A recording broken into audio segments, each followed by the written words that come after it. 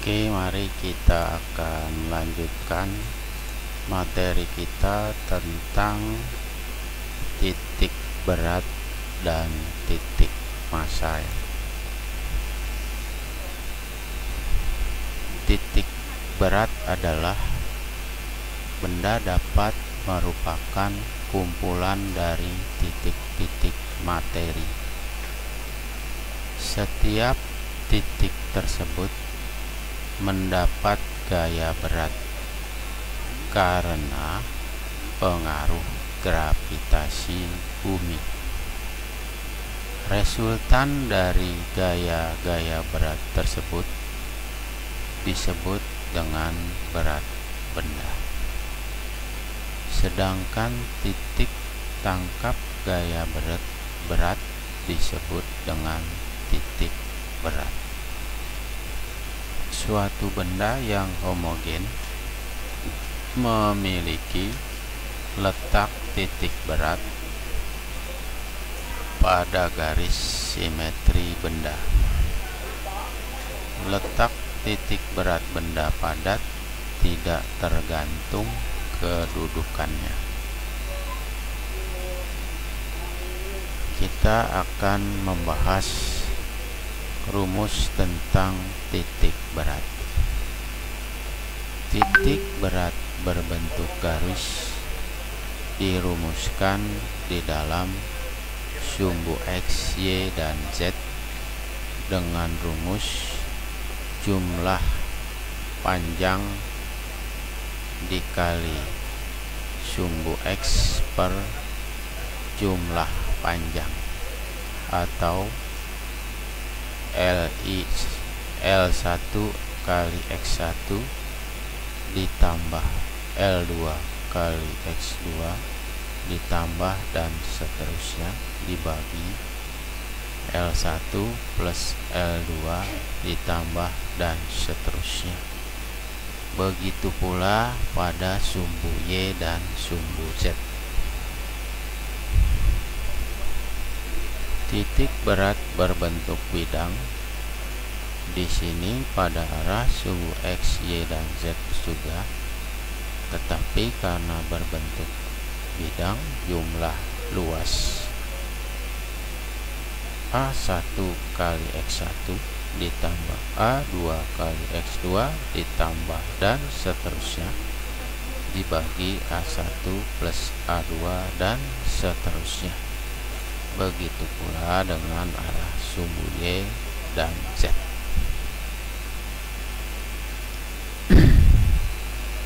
Di sini benda berbentuk ruang.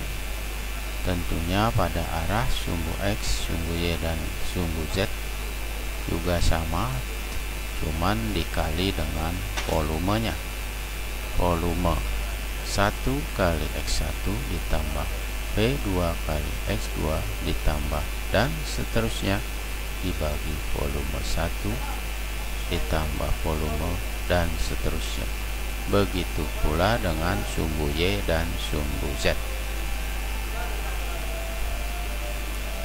Kita lihat titik massa. Titik massa adalah tempat berkumpulnya massa titik-titik materi suatu benda. Titik massa suatu benda tidak terpengaruh oleh medan gravitasi.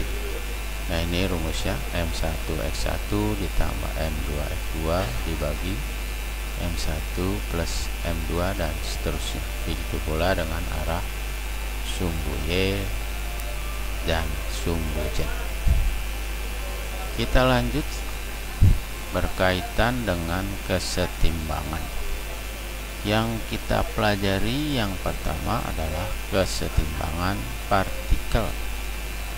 Dalam sistem partikel, benda dianggap sebagai titik materi atau partikel, sehingga gaya yang bekerja partikel hanya menyebabkan gerak translasi saja.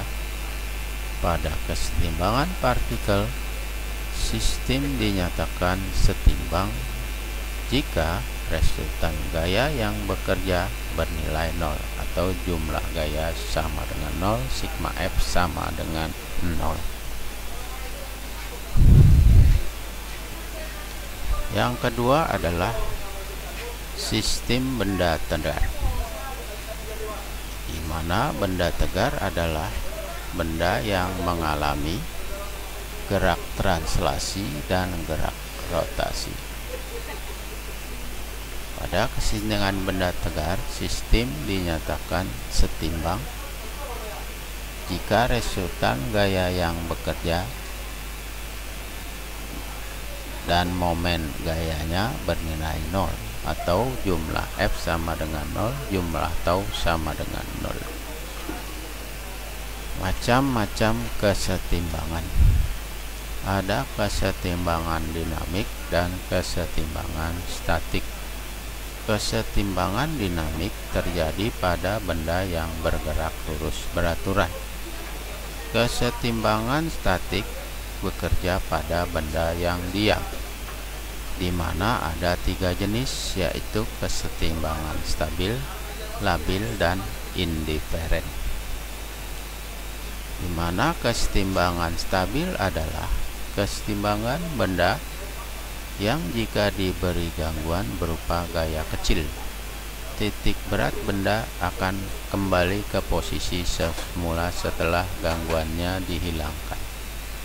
Contoh, pensil dalam kondisi vertikal akan tetap dalam kondisi horizontal seperti gaya yang bekerja pada pensil tersebut. Nah, ini demikian. Jadi dia akan, ini adalah kesetimbangan stabil, ya, posisinya tetap di sini, ya. Yang kedua adalah kesetimbangan labil, yaitu keseimbangan benda apabila diberi gangguan, maka benda tidak akan mengalami posisi semula sehingga dia akan jatuh. Contoh, pensil dalam kondisi vertikal akan berubah setelah gaya yang bekerja pada pensil dihilangkan. Tadinya di sini dia akan berubah, titik beratnya di bawah. Yang terakhir adalah kesetimbangan indiferen. Kesetimbangan benda jika diberi gangguan kecil berupa gaya dorong, letak titik benda tidak berubah. Contoh, bola ketika didorong, letak titik beratnya tetap. Nah, ini tetap di sini, ya. Demikianlah materi pada kali ini.